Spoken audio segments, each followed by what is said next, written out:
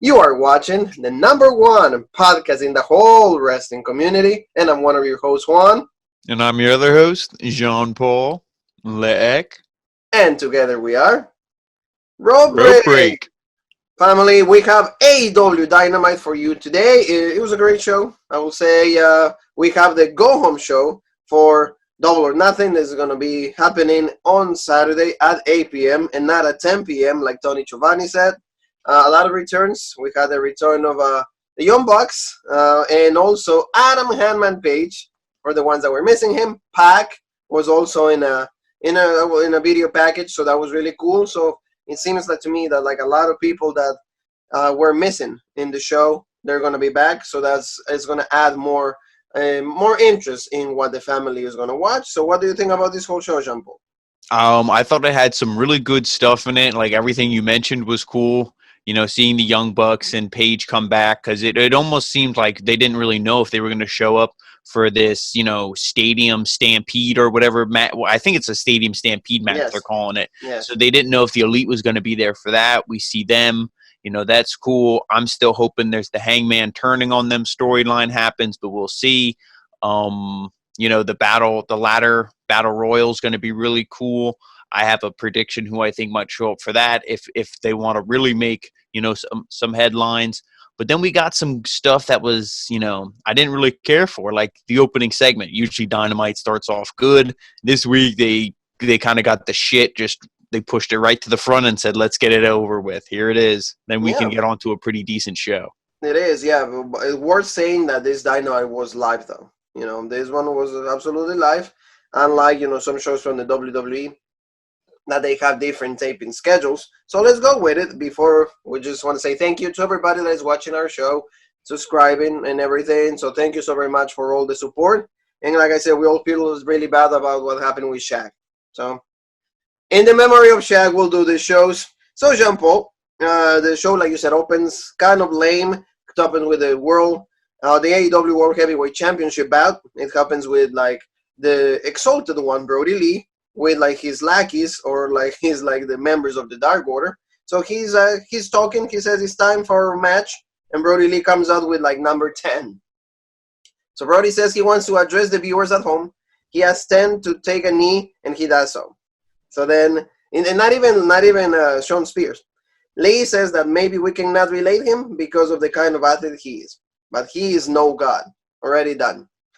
Already done. I would have much rather that comparison, but he's just a man who has come into possession of the AEW World Heavyweight Championship. He operates at an elite level, and in the Dark Order are the Lions of AEW. So the results speak for themselves, and come Saturday, he has to win.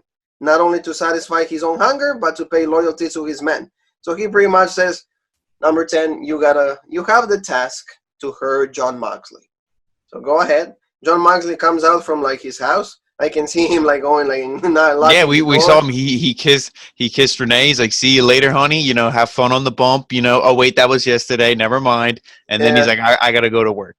Yeah, so like I really don't like how like he comes out from all the way in the back. I'm like, okay. No, what I thought would have been cool is if they were cutting this promo and then the camera whoosh, turns to the side and you see him coming down the steps in the arena. That's like, fine, Yeah, like okay. But not like you said, he like just finished. Yeah, he just finished taking a shit, and he's like, "Yeah, okay, let me just walk to the arena now." It's like, pretty much, yeah. I don't like that. I just don't like his entrance like that. I just would like him, like you said. I much rather see him going down the stairs. Mm-hmm. Now, I think something like that would be cool if there was fans.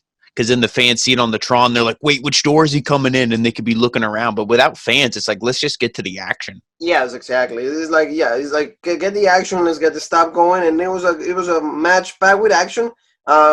Number 10, he did hit some offense on Jon Moxley. But Moxley, for the whole entire match, he pretty much dominated. He did like a suplex. He did a little bit of his arsenal. The Johnny Ace. There's no Johnny Ace in here. Yeah. Like the number 10 did a cutter. But in the end, paradigm shift, 1, 2, 3. So Jon Moxley, of course, is not going to lose. He's like the champion. Yeah, I mean, obviously, like you said, Moxley had to look good, but don't say that this is your number one guy He's like, number 10 is my, my best guy. Where's Evil Uno and Stu Grayson? To me, I think he kicked them out. I think next time we see them, they're either going to be repackaged or they're going to be babyface or something. I think they're done with Brody Lee and his failed version of Now the Dark Order.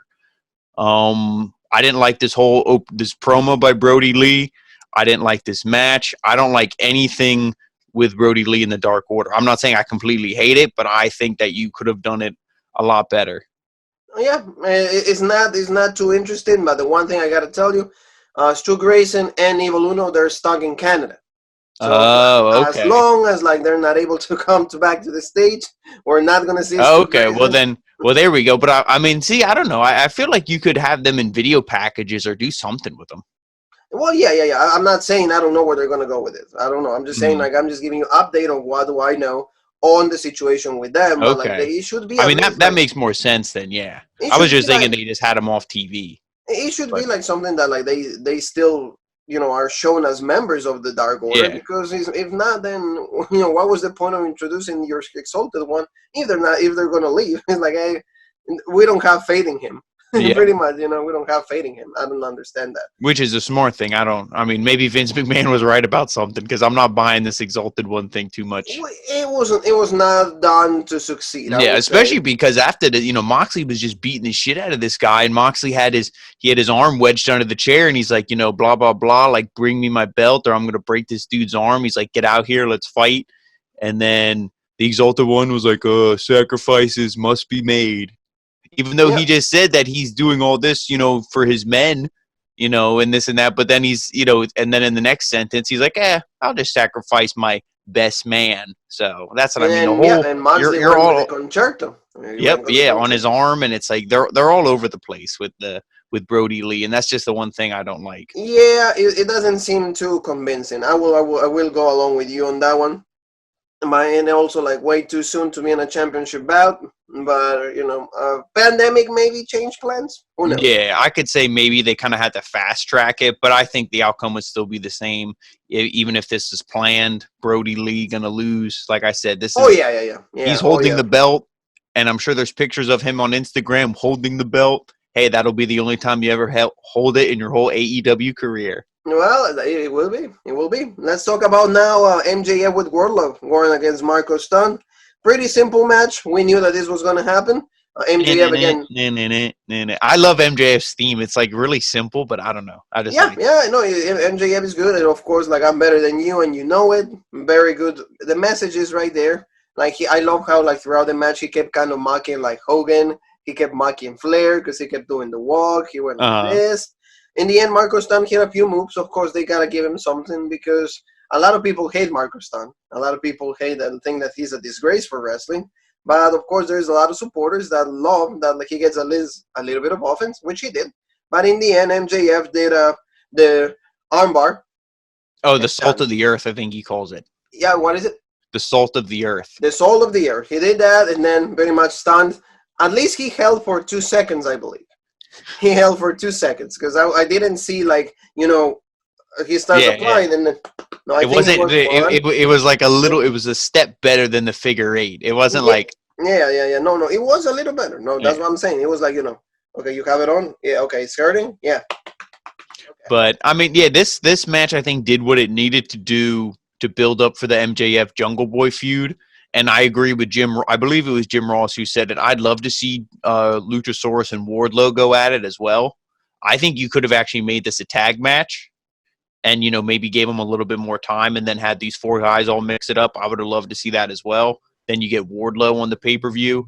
But I still think that this will be a good singles match. Yeah, and that there's going to be interactions between them. Yeah, definitely. Because even they were supposed to, but that's something that I didn't like too much. Now they get face-to-face and they don't do anything to each other. Yeah, again, maybe and Jungle Boy came out after that, and then they're maybe they are saving it because they know that it is money, and they know they're not trying to. Because sometimes AEW they do things like the new, you could call the flippy spot fest way, but then also in this, they're very old school in certain ways. Even though Cody and Lance Archer kind of, they tangled a little bit, it wasn't too much. Yeah, man. It was. They were no. Like you said, it's probably either they leaving it for a few more Dynamites down the line, or like they will be the beginning. We will be on Saturday. So Yeah. they're gonna go at it, and then boom. Then I think there's gonna Oh, be well, a I Money could in the Field definitely right see it because MJF is definitely winning that match. He could, again, Salt of the Earth, really put it on Jungle Boy.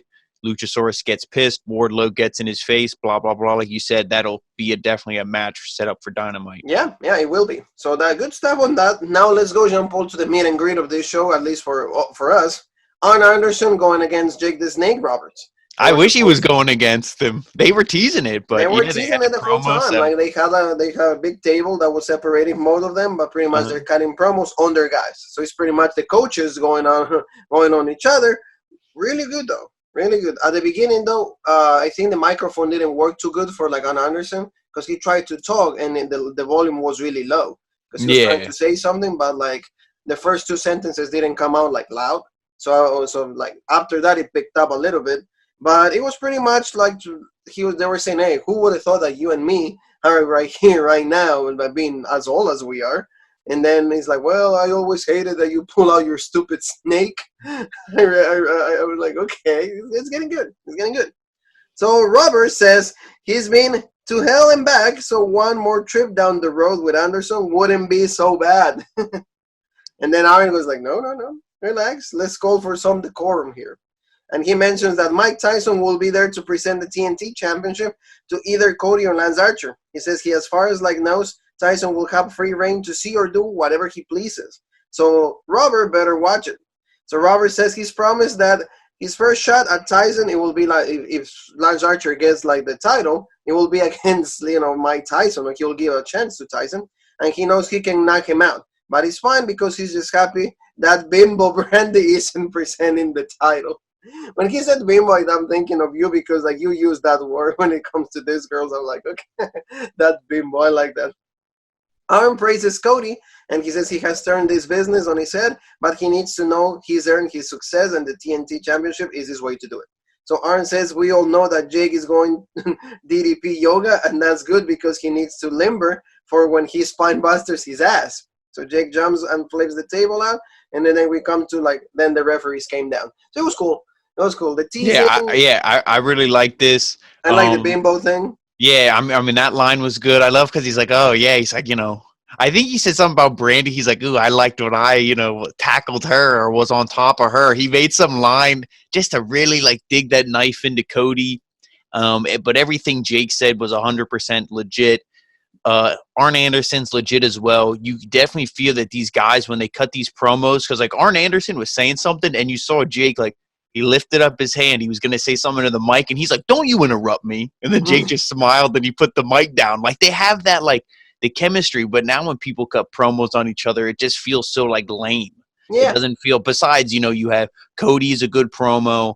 MJF is a good promo. You have these guys that are good promos, but then the rest of the guys just feel so, boring and just blah. They don't feel good. But this felt really old school. It felt good. Two masters in ring and on the mic. The only thing that I really had an issue with it is how he says when Arn Anderson was kind of just really promoting Cody, and he said how he earned it. But then before he said he earned this opportunity, he's like, he helped form this company and, he runs everything and he's earned this opportunity. It's like, dude, if he funded the company or found the company and he, runs it, he can say that he earned it and put himself in that. So it's like, did he really earn it? You know what I mean? It's like they blend the lines of kayfabe and non-kayfabe, and that's what I don't like. It's like either you have kayfabe or you don't. Either Cody is part owner of the company or he's not. I don't like how you play it, kind of like both. Yeah. I guess, I would much rather hear when it comes to promoting your guy, the in-ring ability. Yeah. Instead of he's earned things or that, is just be hey, he's Cody Rhodes. He can win matches. That's that will be my way of supporting my guy. Hey, he beat Sean Spears. He beat Darby Allin. What else do you want? Yeah, but I just don't like how it's you don't need to keep bringing up that he's because when they first started the company, him and the Young Bucks, they're like, oh, we don't want people we don't want to win all the time and win the gold, and then people said, oh, they only built their own company so they can make themselves champion.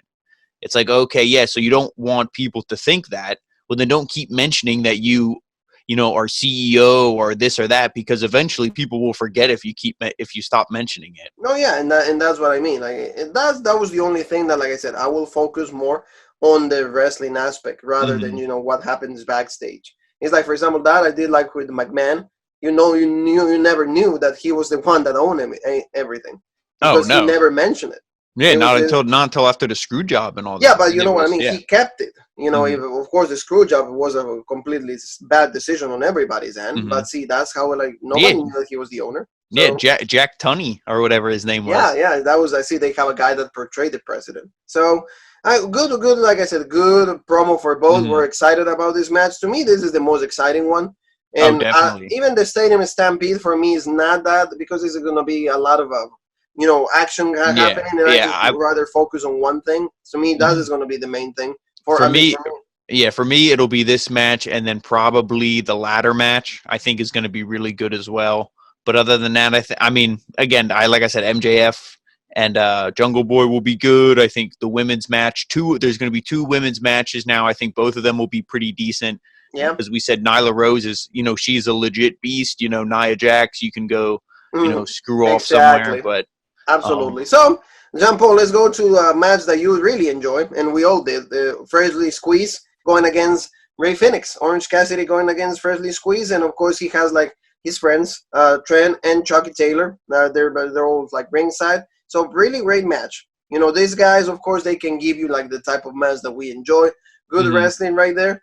Yeah, I mean, this thing, as soon as I knew this match was going to be legit as soon as it started, because, like you said, the three of them came out. He sent them to the back. He's like, boys, I got this, whatever.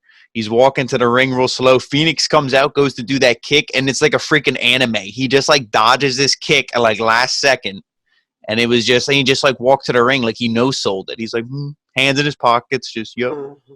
And I'm like, this is, like, Orange Cassidy is so legit, and, like, this is going to be cool. I think it was probably the best match of the night, just Oh because yeah. both these guys can really go. Yeah. You saw some really good stuff. Oh yeah, absolutely. So Ray Phoenix gets a rolling jump and he gets caught with a air raid crash, but then keeps saving. So they keep teasing that feud. Then he comes out with a ladder and sets it up on the ramp, then climbs to the top and takes a seat. Cassidy is distracted and gets low blow, followed by the rolling cutter to get the win for Ray Phoenix. So like they keep teasing that feud. Like there's a lot of feuds in Dynamite that are not solved yet. But isn't he's in the ladder match, isn't he? Yeah. Yeah. So I think it was more like, I mean, they do have a few, but it's also because they kind of went WWE booking here. Towards the end of this thing, they just really brought everybody out who's in the ladder match. So then they I think that was the main reason he came out, because like he got up in the ladder and sat there. It was almost like when Baron Corbin took the briefcase down the Friday before the show. It was like, what the hell are you even doing? They need to promote it. Exactly right. So Jean Paul, SCU comes out and tips Sabian off the ladder in the ring. Jimmy Havoc runs out and for a big brawl like breaks out. Like you said, Ray Phoenix hitting a big springboard dive to the outside, and none of them caught him. So that did not look good. I was like, if he's out of, I mean, I think he's fine, but if he's out of this match because of that, oh, that will piss me off. I'm like, how the hell do you screw that up? That will make Jean Paul like turn the AEW like network. Wait, there's no network, but yeah, that will be a reason for that. Colt Cabana then hit a springboard moonsault. And nobody caught him either, because I just remember he dove and like everybody's like, okay, it's like they don't like Colt Cabana. Like, I think they were all looking at Phoenix. They're like, is he dead? They're like, is he good? They're like, man, we killed like two Rays are dying. He's like, dude, why the fuck you dive? Yeah, wait. So nobody again catches him either. See, I have it in my notes. So like, I'm like, what the fuck is this? Are we going all the they're trying to. They think it's two less competitors. I guess. So more people run out, and Cassidy gets thrown over the ropes onto the ringside. So, like you said, very cool, because like we're gonna get a lot of action. It's gonna be like you said, the ladder is gonna be really cool. Is there their version of Money in the Bank? We gotta be honest here. Is their version of Money in the Bank cool though? They have to have something. Yeah, and I definitely like how, because not everybody comes out at once. And they were like, "Oh, the match could be over before all the competitors come out." Well, okay, that's not going to happen. Yeah, so don't even. Okay, Excalibur, enough. But okay. I was just going to say quick before we move on. There is a mystery person. Who is your pick for the mystery? Pac. You think Pac? Pac. I'm going to go out on a limb that is extremely skinny. I'm gonna say Sting. I'm saying Oh, Sting. maybe, I'm yeah, saying yeah, Sting because maybe, I mean yeah. I think he's gonna be the last one, and I think the match is probably gonna not last too much longer after he comes in because I don't know how much he can do. But they keep saying that there's smoke, or where there's smoke, there's fire, and there's a lot of smoke of Sting going to AEW. So Well, we'll there you see. go. So that's your prediction, and it could be you could be right because see, like the one thing we talked about this a few dynamites ago. Sting will be perfectly for that role. He'll fit perfectly fine. Why? Because he's WCW all the way. He was Hmm. never WWE. I'll always keep saying that. Whatever people think, he was always WCW. So I wouldn't be upset with that. And even Darby Allin had a promo, like kind of showcasing like what he does. They have like a little bit of music, kind of country folk, in a Hmm. mixture of both. So like the promos with Darby Allin are very good, and like you said, they have the both characters, and one can pass the torch to the other one. Sting to Darby Allin. So I don't mind. And if they do that, shame on you WWE because they lost this guy. Could have done the match with The Undertaker. It could have been cinematic, like you said before, in the WrestleMania review that is on the channel, by the way. Nope, they missed out. Sting is going to be with his family because everybody that he knows is there. Yep. Jim Ross is going to be Giovanni, Arn Anderson. All of them are there. Cody. There you go. Yeah, I was gonna say I'm sure he's friends with the Rhodes family and all that stuff. So yeah, Well, like, definitely. they all like, oh, your dad was the best, your dad was the best. Hmm. Okay, yeah, yeah, yeah. The lineage is right there, so sure. And Jean Paul, this takes us to the women's division. We're gonna have a tag match: Statlander with Hikaru Shida against Nyla Rose and Dr. Britt Baker. So this match was pretty good too. Yeah, the girls are like Yeah, stepping up the I would game. say that these four women, when I was doing AEW by myself, I was like, Britt Baker, she needs, she's all right. She needs to get better. I think she's getting better. Maybe it's by comparison with these other three, but Nyla Rose, I also think, has gotten better. If you go back from her first appearance to now, I think her in-ring skills gotten better, promo work's gotten better for all these women as well. Hikaru Shida, I still think is my favorite woman on the whole roster. Chris Statlander's probably the second, so the two faces, my number one and two women on the roster. But I think the women's division is definitely stepping it up, and I'm happy to see that we're getting two matches. Now they did kind of the WWE booking where they took the two faces from the two Yeah, singles matches, but hey, sometimes you got to do what you got to do. I'm not saying that when you do that it's awful and it's the worst booking. No, sometimes you just got to do that. But if you do it every single pay-per-view, then it starts to get a little bullshit. or at least with every single feud. Yeah, So like, the exactly. girls, yeah, like you said, we don't have a lot, and I mean they are coming up with more girls, Hmm. but at least the ones that we have right now, exactly along those lines that you just mentioned, they're performing at a really high level. And right now, if somebody complains about the women's division, it's like you don't know what you're watching Yeah. because it is very good. Like I said, Hikaru Shida, we mentioned this when she first started, extremely great, on point. The girl, like, absolutely great. Statlander, like she was kind of like the one that was trying to save the mess that was that women's division. Like I said, Nyla Rose is a really believable heel, and Britt Baker as a heel, like she kind of have a resurgence. Hmm. So Oh, good match, like definitely. you said, Jean Paul. I like the spot when Statlander, I think he did like a cannonball or something, throwing it onto like Britt Baker with Oh yeah, Britt Hikaru was in the Shida. Yeah, Britt was in the corner, I think, and then she had Nyla Rose and threw her. What is that? What it was? That's what it was. What? Yeah, yeah, Yeah, yeah. yeah, That's what it yeah. was. Yeah, he was like he threw her, and then Britt is like, "Oh, yeah, I'm done." And then you could see like she was completely done by that. I Yeah, really and like that. also I like when this was towards the beginning. Nyla's like, I think she was beating down Sheeta. I think it was, maybe it was Statlander, but she goes to tag in Baker. And Baker's like, I don't want to tag it, and she's like, tag me in, and she's like all scared. She grabs the tag rope and like tags her. I like that. And see, like after that move, remember, like she kept pulling she kept pulling Britt Baker to her corner, and then she gets the tag. Yeah. So like I like that. Nyla to me, you said this. That's how Nia Jax should be portrayed. WWE don't know how to do that. AEW does. So Hikaru Shida tags in and she hits a missile dropkick followed by a flying knee for a near fall. Then Shida attempts a suplex, but Rose blocks it, and then she hits one of her own. Then Rose hits a big clothesline, and we see that the trainer is checking out Britt Baker's because of the moment that we just mentioned. And then Rose hits the Beast Bomb on Shida for the win. So that was really cool. But post-match is actually the legit thing that happened, the most important thing, because Hikaru Shida hit a superplex onto like a table that was prepared by Nyla Rose, but like Hikaru Shida does that. That was awesome. To me, that was the moment of Dynamite. Oh yeah, that was cool. But like the only thing when I saw that, I immediately thought, "Uh-oh, does that mean Sheeta's not going to win?" Which, hey, the way that Nyla Rose is, she's cutting promos and her work in the ring, she still deserves to be champion. But it's my only problem is if Sheeta loses, then when's her next opportunity? Because I feel she deserves to be a champion as well. Yeah, man, I get it, but you're right. You're right. It makes you always go by logic, and it's true though. But it's like when is it going to be the next pay-per-view? Do we have to wait all the way over there, or maybe just have like a title match at Dynamite? You're right. You're right, but I just don't see Nyla Rose losing because she's just like good, and I'm not saying Hikaru is not good. Yeah, that's what I mean. But it's like Nyla Rose is doing so good as well. You're not going to take the belt off her. Yes, so that's what I mean. So we'll see. Hopefully, what they do. Hopefully they do right by both. Meaning, let's say like Nyla retains by doing some And I mean, hey, I feel like this show is going to be full of surprises. I feel like Double or Nothing's always usually all their pay-per-views have been big. I feel like this is going to be a big show though. So I could see maybe they're going to have a woman debut. She could screw over Sheeta in the match. Then Sheeta has that feud or something. But I don't think it's going to be a clean Sheeta is. Yeah, that's what I think. It's going to be some shenanigans involved.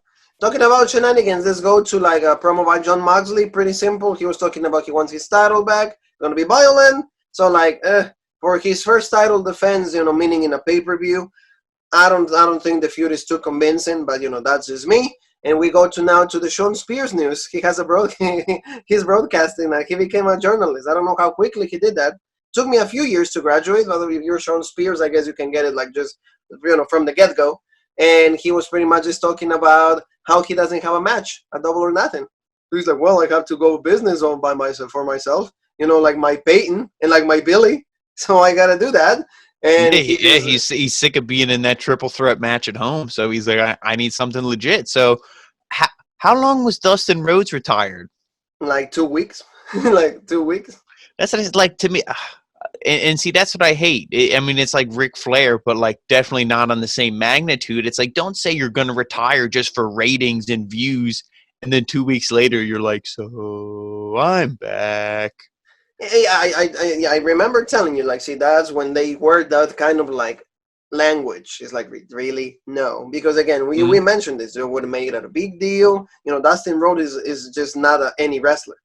Dustin Rhodes has a big lineage, and he did a lot in wrestling. So why would you use that word, knowing that you need him? And especially that he's good for his age.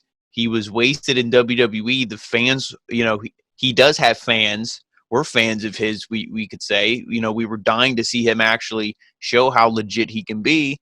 He finally does that, and then they're like, "Yeah, we're gonna make him retire." Yeah. So that was kind of weird. And again, was it just for the sake of getting emotion into the Lance Archer-Cody feud? Probably. But he's coming back, and he's probably going to beat Shawn Spears. So Shawn Spears, again, is a loser. Thanks for coming. Yeah, we'll see. We'll see. I'm thinking that he is going to jump to Shawn Spears because they need Shawn Spears, because you've done wrong. You've done him so wrong for the past year, because I think it's about to be a year when he lost to Cody. You've done him wrong, so you need to give him some kind of push. That way we have a convincing, heel in Shawn Spears. But like you said, Goldie, 2 weeks. We need him. We need you. There's nobody else. So they're going to have a match. Also, like you said, Britt Baker's going to be feuding against Chris Statlander. That's going to be another match. And like you said, number one contenders, the best friends, Trent and Chucky D. Taylor, they're going to go against Private Party. That's going to be the buy-in.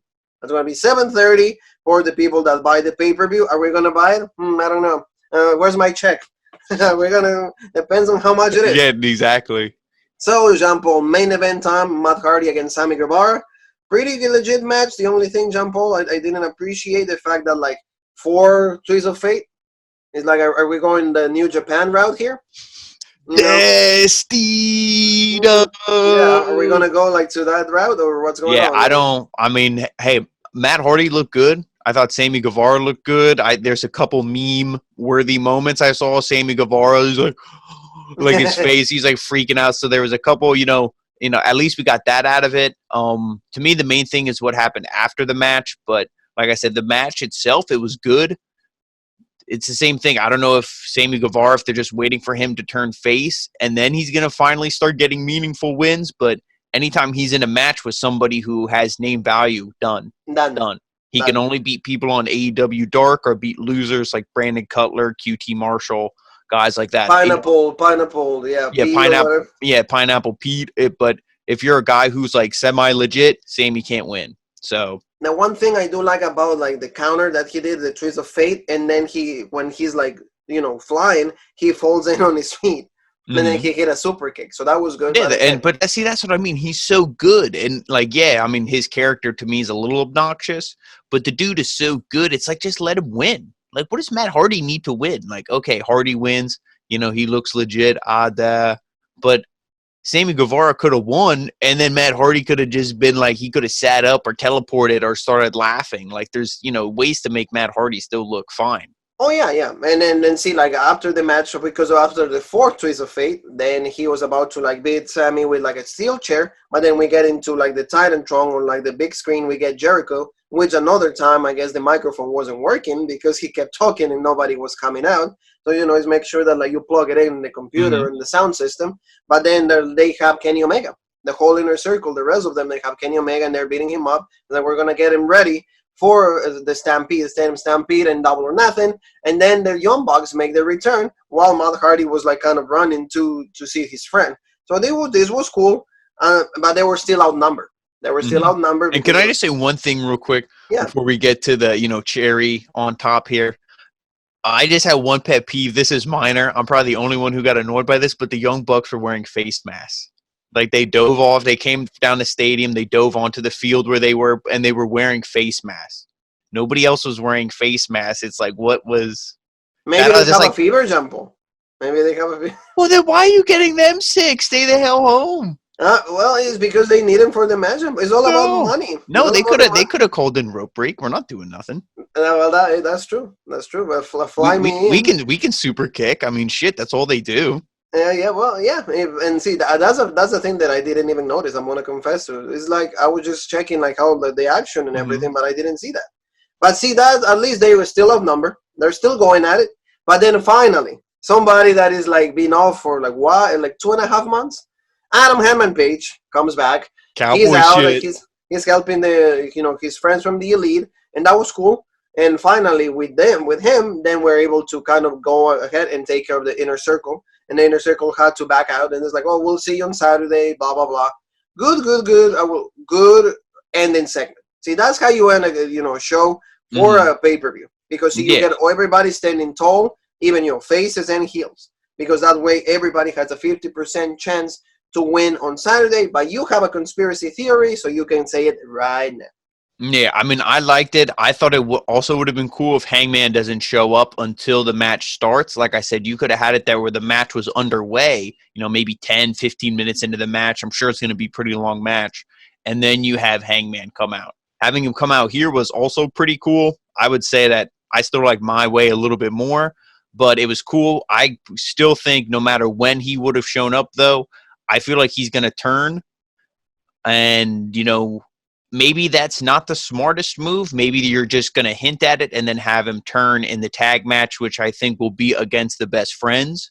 But you definitely got to do something. Hangman can't come back and be like, hey, guys, what's up, and be face and just get right along with the Elite. They're still got to play off that tension. So I think that this match he's going to turn, and I would say probably the Inner Circle needs to win this Stampede match, because if they lose, you have Hager losing against Moxley. Sammy loses every time the bell rings. If the Inner Circle loses here, we haven't seen Pride and Powerful wrestle in a tag team match since I don't know when. If they had wrestled, I forgot about it. So, I think the Inner Circle needs to win this match. Yeah, no, and it is absolutely true. So we're excited for what Double or Nothing is going to be. We're excited for what is like the matches that are going to be happening. So that's pretty much sums it up for this show. Very good. Like AEW didn't disappoint. Just like, again, little things that it could be a lot better, just so like the show as a whole flows from top to bottom. But as like, if you think about what we saw, it was worthy enough and it was good enough to get me excited for what Double or Nothing is. Oh, yeah. I was definitely excited for Double or Nothing, and it's one of those things where when you watch a WWE go-home show, usually your excitement goes down. For this, my excitement went up. So Yeah, it did its job, and, I'm looking forward to Saturday. So thank you so much for watching every single one of the videos, family. We will be covering Double or Nothing, every single match, every single move, like we always do with Road Break. So, Jean-Paul, where they can find us in the social media world? On Facebook, we have The Original Rope Break. Same thing, Instagram, The Original Rope Break. Twitter, OG Rope Break. And YouTube right here on The Original Rope Break. For the meat and follow potatoes us. Yep. stuff, Jean-Paul, you and me have one more thing that is left to say, and that is...